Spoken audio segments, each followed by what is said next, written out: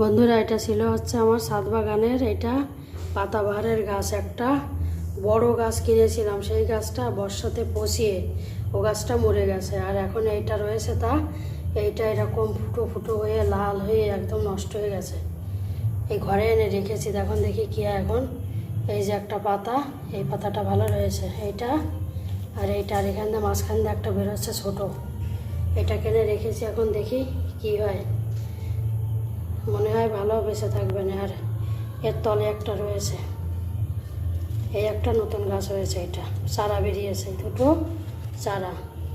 আর বড়টাই পাশে ছিল, পুরো মুড়ে ওই যে তার এটা রয়েছে গুঁড়াটা, এইটুখানি রয়েছে। এখন দেখি এটা বড় হলে খুব ভালো হবে গাছটা, তাহলে খুব ভালো হবে।